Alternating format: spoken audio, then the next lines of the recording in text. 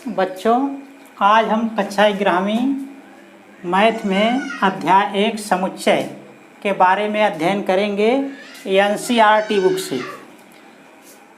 देखिए, हमने समुच्चय की परिभाषा को लिखा है, वस्तुओं के सुपरिभाषित संग्रह को समुच्चय कहते हैं। तो समुच्चय की परिभाषा में एक शब्द आया है सुपरिभाषित। क्या आया है? सुपरिभाषित। संग्रह को समुच्चय कहते हैं। तो यानी कि जो हमारा यहाँ पर संग्रह है वो कैसा होना चाहिए? सुपरिभाषित होना चाहिए। संग्रह अगर हमारा सुपरिभाषित है तो उस संग्रह को हम बोलेंगे समुच्चय। क्या बोलेंगे? समुच्चय। जब संग्रह हमारा क्या हो? सुपरिभाषित हो। सुपरिभाषित का अर्थ होता है वेल डिफाइंड। वेल डिफाइंड का मतलब ये है कि वस्तुओं का ऐसा संग्रह जो दुनिया के प्रत्येक व्यक्ति के लिए समान हो। यानी कि दुनिया में जितने भी व्यक्ति हों, जो संग्रह दिया गया है वो संग्रह सबके लिए समान होना चाहिए। ऐसा नहीं है कि उस संग्रह में जितनी वस्तुएं हैं, ऐसा ना कोई व्यक्ति कहे कि नहीं इस संग्रह में ये वस्तु नहीं है, इस संग्रह में ये वस्तु होनी चाहिए, इस संग्रह से इस वस्तु को निकालना चाहिए, इस संग्रह में इस वस्तु को सम्मिलित करना चाहिए। ऐसा नहीं। यानी कि उस संग्रह में जितनी भी वस्तुएं हैं, दुनिया के जितने भी व्यक्ति हों, वो सबके लिए समान हो, यानी कि निश्चित हो। अगर ऐसा संग्रह है तो उस संग्रह को हम बोलेंगे सुपरिभाषित। जैसे हम एक उदाहरण लेते हैं। अगर कहा जाए 10 से कम समप्राकृतिक, 10 से कम समप्राकृतिक संख्याओं का संग्रह। अगर 10 से कम समप्राकृतिक संख्याओं का संग्रह लिखा जाए तो 2, 4, 6, 8, 10 से कम कहा गया है, इसलिए 10 को इसमें सम्मिलित नहीं करना है। तो कहने का मतलब कि अब दुनिया के प्रत्येक व्यक्ति से ये कहा जाए कि 10 से कम समप्राकृतिक संख्याओं का संग्रह क्या होगा, तो दुनिया के जितने भी व्यक्ति होंगे 2, 4, 6, 8 को ही उस संग्रह में सम्मिलित करेंगे। इसलिए 10 से कम समप्राकृतिक संख्याओं का जो संग्रह होगा वो क्या होगा? एक समुच्चय होगा। अब किसको हम समुच्चय नहीं मानेंगे, यानी कि संग्रह को समुच्चय नहीं मानेंगे। एक उदाहरण लेकर देखते हैं कि ऐसा संग्रह जो समुच्चय नहीं है। जैसे एक उदाहरण ले लेते हैं कि अगर कहा जाए कि 5 सबसे, या काले सर्वश्रेष्ठ, 5 सर्वश्रेष्ठ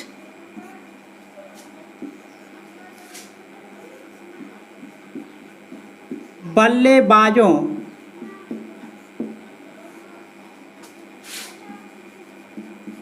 का संग्रह। अगर हम 5 सर्वश्रेष्ठ बल्लेबाजों का संग्रह बनाएं तो हमारे दृष्टि से जो 5 सर्वश्रेष्ठ बल्लेबाज का संग्रह होगा, ये कोई ज़रूरी नहीं है कि अगले व्यक्ति के लिए वही सर्वश्रेष्ठ बल्लेबाज का संग्रह हो। यानी कि इसका कोई प्रमाण ऐसा नहीं है कि जो 5 सर्वश्रेष्ठ बल्लेबाजों का संग्रह निश्चित किया जा सके। तो हर पर्सन के लिए, हर व्यक्ति के लिए जो ये 5 सर्वश्रेष्ठ बल्लेबाजों का संग्रह बनेगा वो क्या होगा? अलग अलग होगा, यानी निश्चित नहीं होगा। इसलिए 5 सर्वश्रेष्ठ बल्लेबाजों का जो संग्रह है वो क्या होगा, अनिश्चित होगा, इसलिए उसको हम समुच्चय नहीं मानेंगे। तो समुच्चय मानने के लिए वह संग्रह क्या हो, सुपरिभाषित हो, यानी कि संग्रह में जितने अवयव हों वो दुनिया के प्रत्येक व्यक्ति के लिए निश्चित होना चाहिए।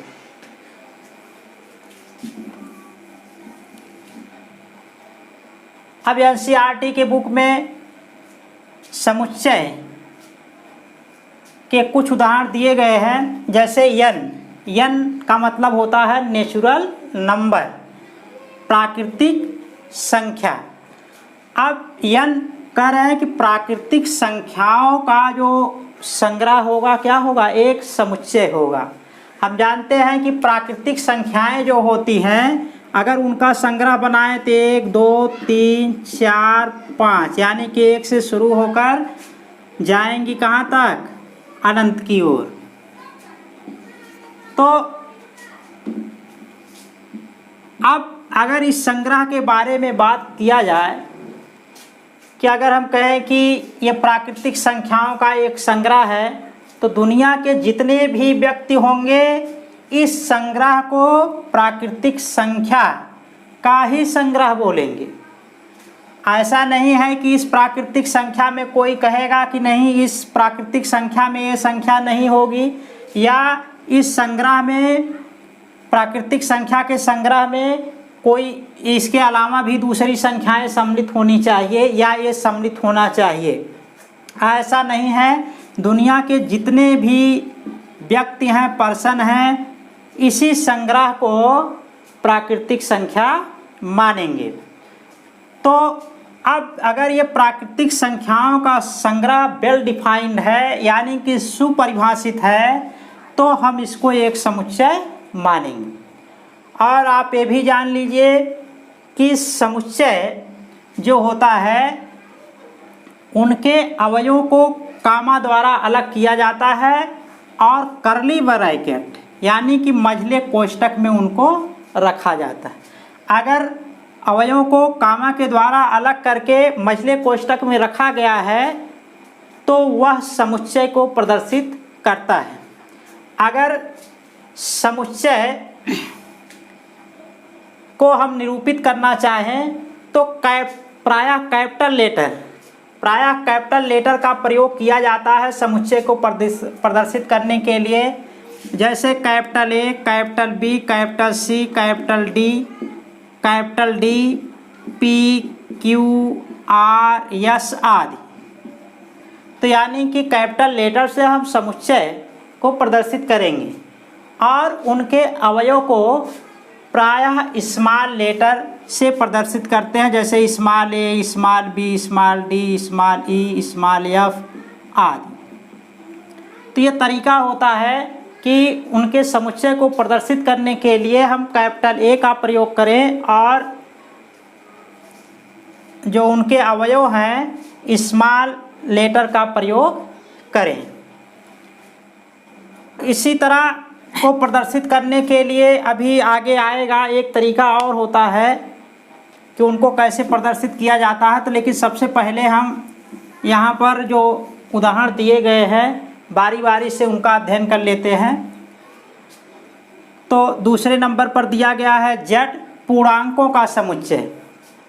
तो जो पूर्णांक होते हैं तो हम जानते हैं कि पूर्णांक होते क्या हैं, 0 +-1 +-2 +-3 +-4 ऐसे डॉट डॉट करके अनंत की तरफ जाएंगे। तो यहाँ देखिए जो संग्रह है पूर्णांकों का वो भी वेल डिफाइंड है, यानी कि निश्चित है। दुनिया के जितने भी व्यक्ति हैं इस पूर्णांक के संग्रह को जो यहाँ लिखा गया है सभी व्यक्ति यही कहेंगे कि ये पूर्णांकों का क्या है, संग्रह है। तो अगर पूर्णांक के संग्रह को सभी लोग इसी को मानते हैं, यानी कि निश्चित कर देते हैं कि नहीं पूर्णांकों का संग्रह यही है, तो हम इस पूर्णांकों के संग्रह को समुच्चय बोलेंगे। इसलिए पूर्णांकों का जो संग्रह होगा वो भी क्या होगा, एक समुच्चय होगा। इसके बाद दिया गया है कैपिटल Q परिमेय संख्याओं का समुच्चय। कैपिटल Q परिमेय संख्याओं का समुच्चय, यानी कि परिमेय संख्याओं का जो संग्रह होगा वो भी क्या होगा, दुनिया के प्रत्येक व्यक्ति के लिए निश्चित होगा। इसलिए परिमेय संख्याओं का जो संग्रह होगा वो भी समुच्चय होगा। तो परिमेय संख्याओं का जो संग्रह है वो भी समुच्चय है, लेकिन हम पहले ये जान लें कि परिमेय संख्याएं होती क्या है। आपने पिछली कक्षाओं में पढ़ा होगा कि जिन संख्याओं को P बाई Q के रूप में प्रदर्शित करते हैं उसको या कर सकते हैं उसको हम परिमेय संख्या बोलते हैं। जहाँ P पूर्णांक होता है और Q भी क्या होता है, पूर्णांक होता है, लेकिन Q इक्वल नॉट 0, यानी कि जो Q पूर्णांक है वो 0 के बराबर नहीं होना चाहिए। क्योंकि अगर Q 0 हो जाएगा तो जब P बाई 0 करेंगे तो ये हो जाएगा इनफाइनाइट, अनंत, यानी कि अपरिभाषित हो जाएगा। इसलिए Q हमारा शून्य नहीं होना चाहिए। तो परिमेय संख्याओं का जो संग्रह बनेगा दुनिया के प्रत्येक व्यक्ति के लिए समान होगा, इसलिए वो संग्रह क्या होगा, निश्चित होगा, जिससे हम उनकी संग्रह को क्या बोल लेंगे, समुच्चय बोलेंगे।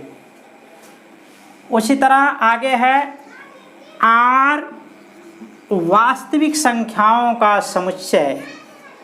अब वास्तविक संख्याएं पहले जान लेते हैं कि वास्तविक संख्याएं होती क्या हैं। परिमेय और अपरिमेय संख्याओं का जो संग्रह होता है, यानी कि दोनों उसमें सम्मिलित होती हैं, उन्हीं संग्रह को हम बोलते हैं वास्तविक संख्याएं। तो वास्तविक संख्याओं का जो संग्रह होगा वो भी क्या होगा, वेल डिफाइंड होगा, यानी कि सुपरिभाषित होगा, निश्चित होगा, सभी के लिए क्या होगा, समान होगा। इसलिए वास्तविक संख्याओं का संग्रह भी क्या हो जाएगा, समुच्चय हो जाएगा। अब इसके बाद दिया है Z प्लस का मतलब है, Z यहाँ दिखाया गया ऊपर, ये क्या है, पूर्णांकों का समुच्चय। तो Z प्लस क्या है, धन पूर्णांकों का समुच्चय हो जाएगा। तो पहली बात तो जो Z प्लस है, धन पूर्णांक है, उनकी संग्रह पर विचार करते हैं, क्या उनके संग्रह वेल डिफाइंड है। अभी देख रहे थे कि जो पूर्णांकों का संग्रह था 0 plus minus 1 plus minus 2 plus minus 3 कामा डॉट डॉट करके अनंत की तरफ जाएंगे। और इसके बाद देखते हैं यहाँ पर जो धन संख्याएं हैं यहाँ पर वो भी क्या होंगी, दुनिया के प्रत्येक व्यक्ति के लिए निश्चित होगा, यानी कि दुनिया में जितने भी लोग होंगे इन्हीं सबको धन पूर्णांक मानेंगे, इसके अलावा कुछ और नहीं मानेंगे। तो जब ये निश्चित है तो इसका मतलब कि जो धन पूर्णांक है, धन पूर्णांकों का संग्रह है, वो भी क्या होगा, समुच्चय होगा। उसी तरह यहाँ पर Q परिमेय संख्याओं का समुच्चय था, तो जब Q परिमेय संख्याओं का जब समुच्चय था तो वहाँ पर उनकी अगर धन संख्याओं के संग्रह को लिया जाए तो भी निश्चित हो जाएगा। इसलिए यहाँ पर जो Q प्लस है, यानी कि धन परिमेय संख्याओं का संग्रह बनेगा, वो भी समुच्चय हो जाएगा। उसी तरह वास्तविक संख्याओं का जब धनात्मक संख्याएं ले ली जाएंगी उनका संग्रह भी निश्चित होगा, इसलिए क्या हो जाएगा, वो भी एक समुच्चय बन जाएगा, उनका संग्रह भी समुच्चय बन जाएगा।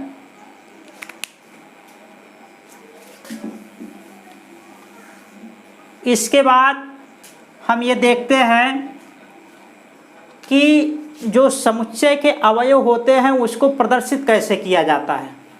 जैसे मान लेते हैं एक समुच्चय कैपिटल A है और उनके अवयव A B C D E आदि ऐसे हैं। तो एक सांकेतिक रूप में अगर हम इनको लिखना चाहते हैं कि A small a capital A का अवयव है, तो ऐसे लिखेंगे। अगर लिखना चाहते हैं तो लिखेंगे स्मॉल a अवयव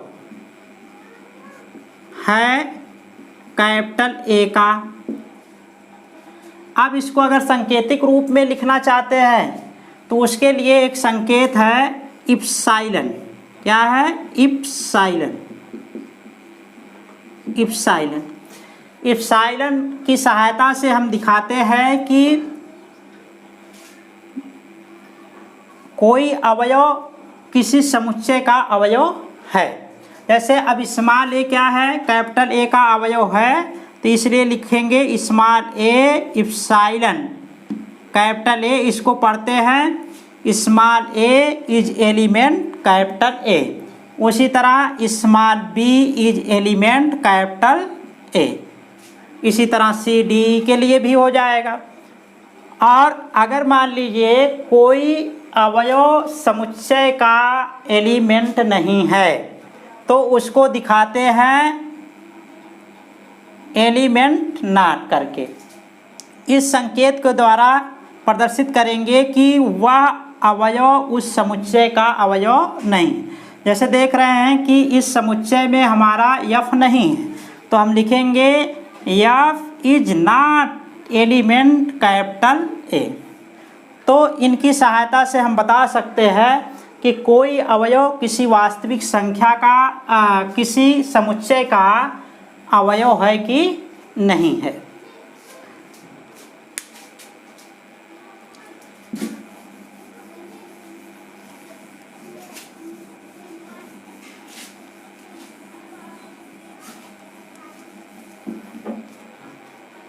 इसके बाद आते हैं समुच्चय निरूपण की विधियां, यानी कि हम समुच्चय को कितने तरीकों से निरूपित कर सकते हैं।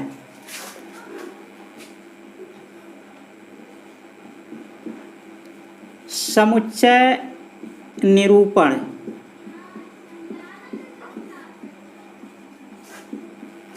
समुच्चय निरूपण की विधियां।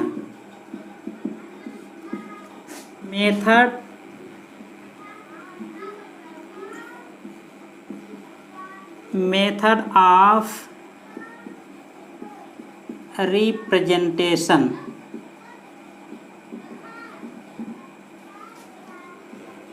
ऑफ सेट, यानी कि समुच्चय निर्माण की विधियां। तो जो पहला तरीका होता है समुच्चय निर्माण करने के तरीके को लिखेंगे। समुच्चय निर्माण की पहली जो विधि होगी वो होगी रोस्टर या सारणीबद्ध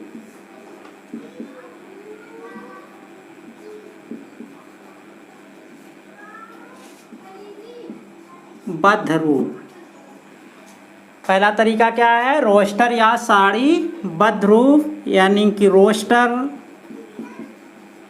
और टेबुलर फॉर्म।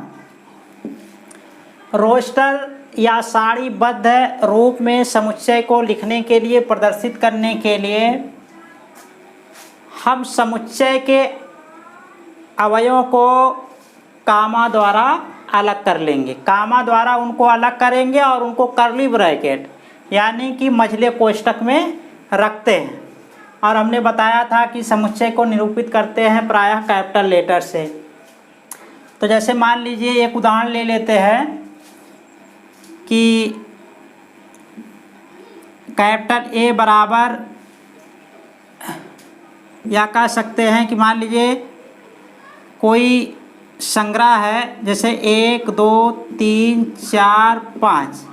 अब इनको समुच्चय के रूप में प्रदर्शित करना है तो हम लिखेंगे कैपिटल ए बराबर कर्ली ब्रैकेट और फिर 1 2 3 4 5, ऐसे कामा द्वारा अलग करके कर्ली ब्रैकेट में रख देंगे। तो ये हमारा क्या हो जाएगा? रोस्टर या सारणीबद्ध रूप। क्या हो जाएगा?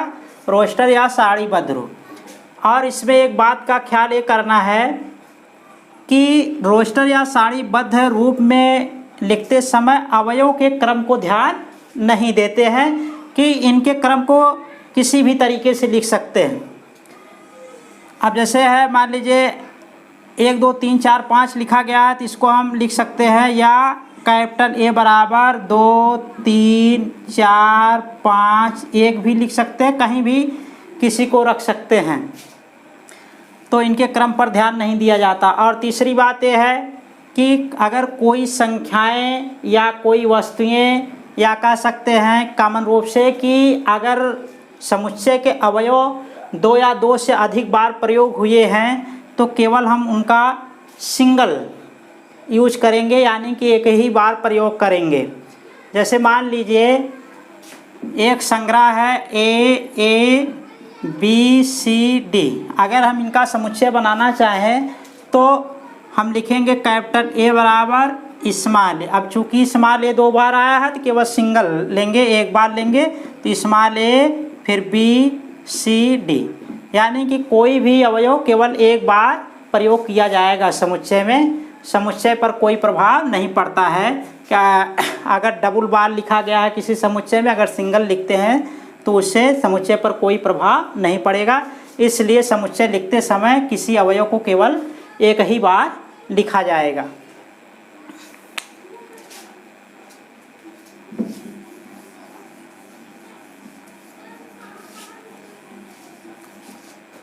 और दूसरा तरीका है समुच्चय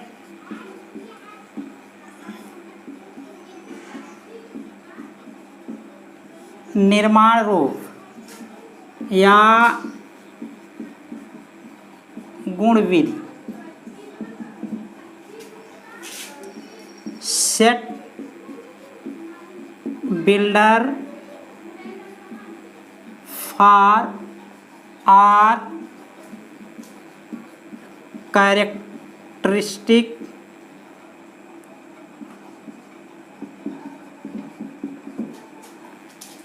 मेथड।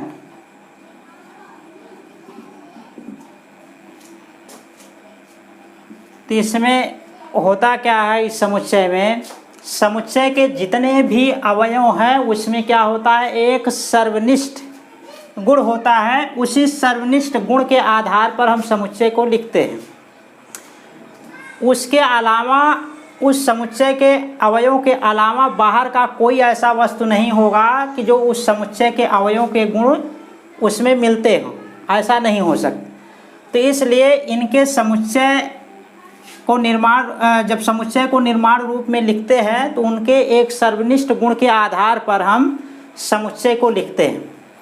जैसे अगर मान लीजिए लिखा गया है 1 2 3 4 5 डॉट डॉट अनंत, और यहाँ मान लीजिए समुच्चय के रूप में लिखा गया है निर्माण विधि रूप में। तो अब हम देख रहे हैं कि इसमें जो अवयव लिखे गए हैं उनका एक कॉमन गुण ये है कि ये क्या है, सब प्राकृतिक संख्याएं हैं। इसके अलावा और कुछ नहीं है, यानी कि प्राकृतिक संख्याओं के अलावा इनको और कुछ नहीं कहा जा सकता। तो सारे जो अवयव हैं क्या हैं, सब प्राकृतिक संख्याएं हैं। यही प्राकृतिक संख्या का सर्वनिष्ठ गुण इसमें समाहित है। तो इसलिए हम इसको लिख सकते हैं कि एक स्वेच्छ चर की सहायता से, मान लीजिए स्वेच्छ चर लेते हैं यक्स, यक्स के अलावा भी लिख सकते हैं स्मॉल वाई स्मॉल जेड, इस तरीके से। तो यहाँ यक्स सच दैट, इसको पढ़ते हैं सच दैट, या ये जो संकेत होता है कोलन का और पढ़ा जाता है सच दैट। तो यक्स सच दैट, अब ये हैं क्या, प्राकृतिक संख्याएं हैं। तो यक्स सच दैट यक्स बराबर, या कह सकते हैं कि यक्स एक प्राकृतिक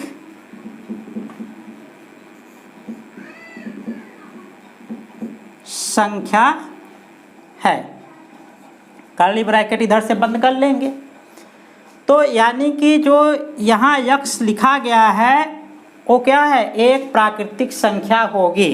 अब जैसे यक्स बराबर 1 रखेंगे तो प्राकृतिक संख्या है, तो यक्स बराबर 2, यक्स बराबर 3, यक्स बराबर 4, यक्स बराबर 5, क्योंकि यहाँ लिखा गया यक्स क्या है, एक प्राकृतिक संख्या। यक्स जो भी लिखेंगे एक प्राकृतिक संख्या के रूप में लिखेंगे। तो इस गुण के आधार पे हम समुच्चय निर्माण रूप में इस रोस्टर रूप या सारणीबद्ध रूप को हम समुच्चय निर्माण रूप या गुणविधि द्वारा इसको इस तरीके से प्रदर्शित कर सकते। एक दूसरा उदाहरण ले सकते हैं इसको समझने के लिए।